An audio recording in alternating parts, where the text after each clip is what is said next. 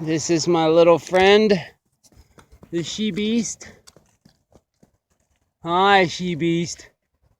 She is dining on a delightful little piece of rabbit jerky that she found on the side of the road.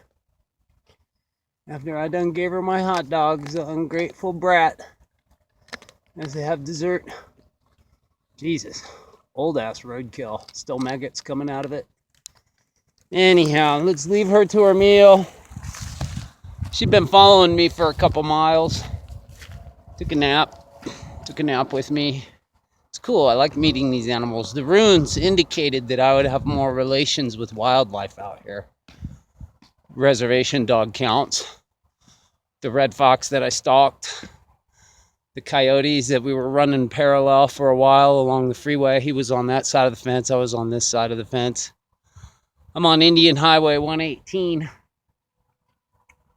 And it's fairly desolate, but it's beautiful. I slept near some old cave dwellings last night.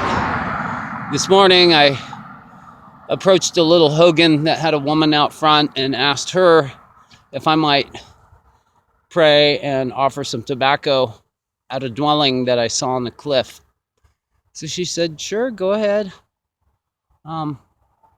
So I hiked up there, and what I found was like a little manufactured eagle's nest. It was hand built thousands of years ago, at least hundreds of years ago.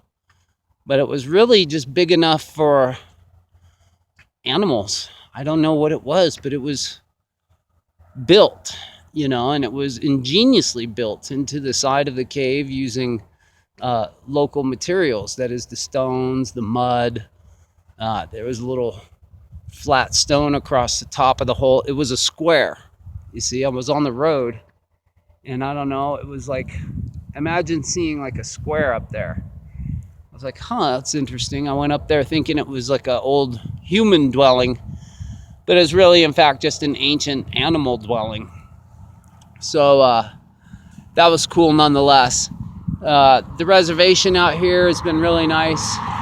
People have stopped, give me water. A couple kids came by, give me a beer. I'm only about 11 miles from Gallup and another 1 or 2 miles from this place called Manuelito. I'm going through the Manuelito chapter of the Navajo Nation. They have their cities pretty much what we would call cities.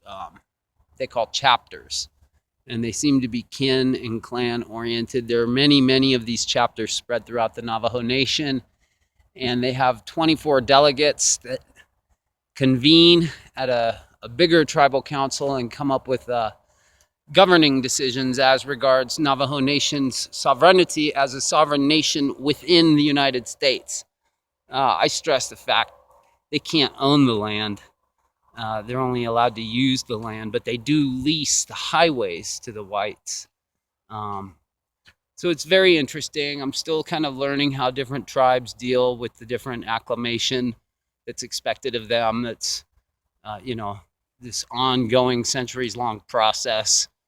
Acclimation is the basic cultural genocide of the colonized. So it's been neat out here. Love this little dog. Looks like she's going to be busy with that month-old dead-ass rabbit jerky.